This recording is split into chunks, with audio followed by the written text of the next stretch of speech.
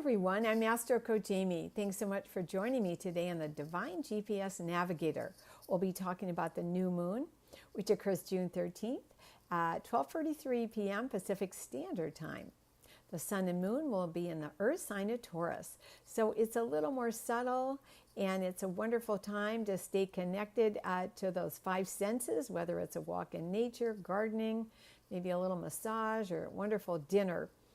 And again, remember, with the new moon, we're planting the seeds for the new cycle. So I encourage any quiet time that you can do, certainly before, during, and after the event. This might be a time for great insights and inspiration for the coming month.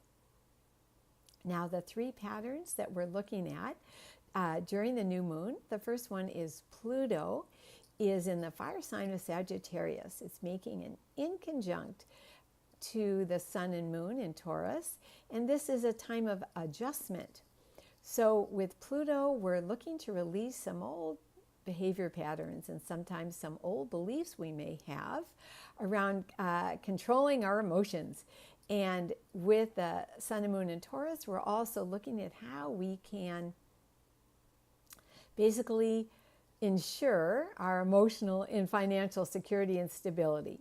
So the question is, let's take a step forward. Let's adjust some of this a little bit so that we can do it in a more open-minded way. Now, the second pattern is Neptune is in the air sign of Aquarius. It's making a square to the sun and moon in Taurus. So this is a time to integrate different energies. The question is, how can we do this and be able to move forward? So Neptune Aquarius is interested in really serving the higher good, making a contribution each day to the community or to someone in a small way. And with that square is the idea of kind of struggling mentally, well, but how can I stay safe? How can I stay secure in my relationship and in my financial life if I do this stuff? How do I do that? So this is an opportunity to balance that and maybe kind of let go of that old belief and just look for a way, even 5 minutes a day, to make a difference for someone else. The third pattern with Saturn opposing Mercury is a balance. This is an opportunity to balance, again, two ideas. The first one is that you might feel in some way that you don't always communicate truthfully to maybe a coworker or one of your loved ones. You're trying to protect them. Maybe you feel like the truth would hurt them or they'd react to you.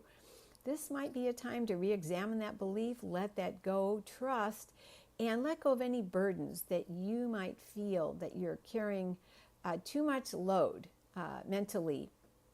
Let someone else share that so they can grow too, and recognize that this might be a way for both of you to step forward and really go to a higher place in the relationship.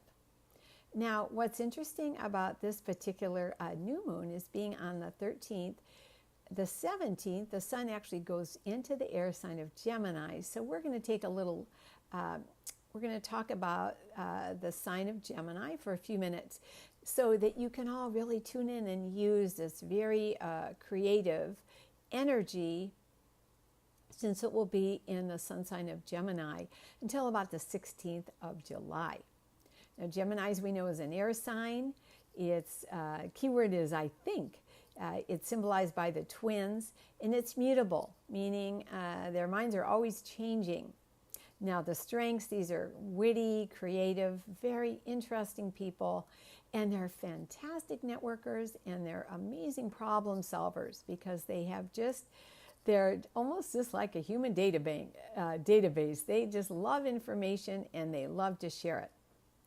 Now, some of the challenges that our friends at Gemini face because of this, there can tend to be digital overload. And if that happens, they may be negative and tend to just really be scattered.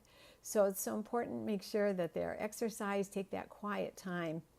And also it's important that Gemini feel secure enough to tell the truth, no matter what's going on, because they are just such tremendous resource people.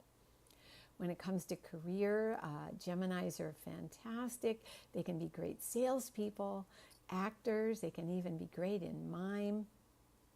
As we mentioned, they're just tremendously gifted at media of all types.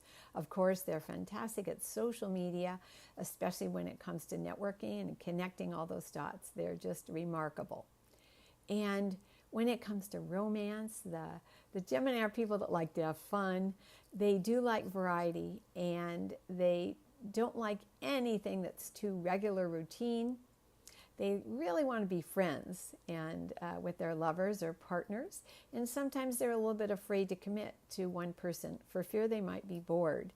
And as a Gemini matures and they can see that by being really able to practice emotional intelligence, share their truth, there's never going to be a dull moment. And it's just so important with their loved ones not to always go in their mind, but to be able to share their feelings as well and take that step. Here's a few people that exemplify the Gemini qualities. We have Princess Diana, of course, beloved royalty and humanitarian from Great Britain. There's Helen Keller, who also was another, who was a renowned educator and humanitarian. Henry David Thoreau, of course, famous philosopher and writer and poet. There is Nikola Tesla, famous inventor and engineer. There's also Tom Hanks, who is a fantastic Hollywood actor, writer, producer, director, and Merv Griffin, who of course was so well known for his hosting his TV show for so many years, but he also was a theater actor. So these are some of our Geminis that exemplify these really interesting qualities. Now, as we all know, we're in interesting times, and summer brings a lot of change for a lot of us. And we do have some very interesting cycles occurring this summer. So I'll be doing some extra shows this summer about a Mercury retrograde and both a Venus and Mars retrograde, how we can use these really important cycles. And of course, we'll have some eclipses this summer. How can we use this? Really move forward, open up new opportunities, and really awaken. And of course, during all this change, so it's so important, I know, to maintain some kind of strong divine connection. However you do that, it will be your greatest gift, and just keep reminding you of how many people are all awakening together, that we're looking to really make a big shift, especially this summer. There are some wonderful opportunities.